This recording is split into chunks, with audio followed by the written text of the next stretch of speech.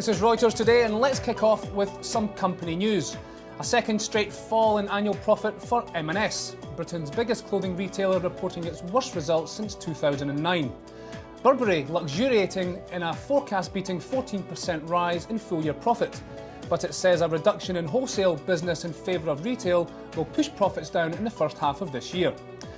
No mention from Vodafone of Verizon buying out its wireless stake, but the world's number 2 mobile operator posting a first fall in full-year sales since 2005. Angeline Ong takes a look at the numbers via Starmine. Vodafone's facing twin headwinds. It's got rising competition, plus changing regulation means mobile providers can't charge as much as they'd like on certain calls. Analysts have taken note its relative value rank compared to the rest of the industry is 37. Its ARM score is 65. And if you're after long-term growth potential, you may want to look at Vodafone's rival Deutsche Telekom.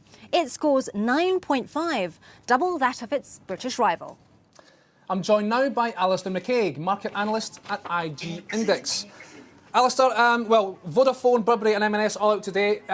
Is there any broad takeaway that we can get from these numbers? Well, I think if we looked at Vodafone first, obviously the rumours that Verizon are unhappy with the current format, not so much rumours, quite frankly, it's well-known facts that they're unhappy. The fact that their profit share that they've given to Vodafone it works out at about £6.4 billion just goes to show how much they are, in fact, propping up Vodafone's figures. And once again, it's Southern Europe which really is doing most of the damage, dragging their figures down about 16.7%. Having said that, just on Southern Europe there was a 1.8 billion impairment charge for Italy and Spain. So far, this year, 7.7 billion write-off in these two countries alone. It's an awful state of affairs, and one which you would imagine is going to continue to be pretty bad for some time to come.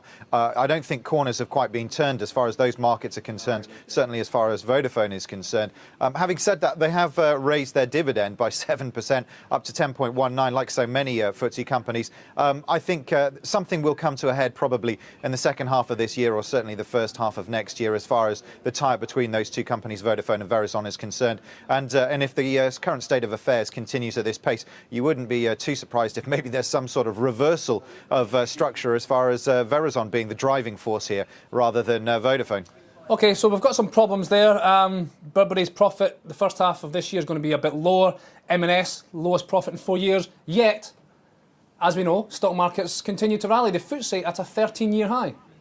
Yes, I think Burberry and M&S, I guess, are the two sides of the coin as far as the clothing retail sectors are concerned. Burberry, once again, the Asian markets are really driving them forward. Their Chinese sales up 20%, 11 new stores over there, and they're seeing their growth increase. They have got some restructuring costs as far as wholesale and retail is concerned. M&S continues to effectively extract themselves from the old Stuart Rose team, and the last of those, Steve Sharp, who was the sort of creative force behind your M&S ad campaign, is set to leave as well. They have their problems ahead. I think as far as the equities are concerned, last night the FTSE hit 6,755, highest level since 2000.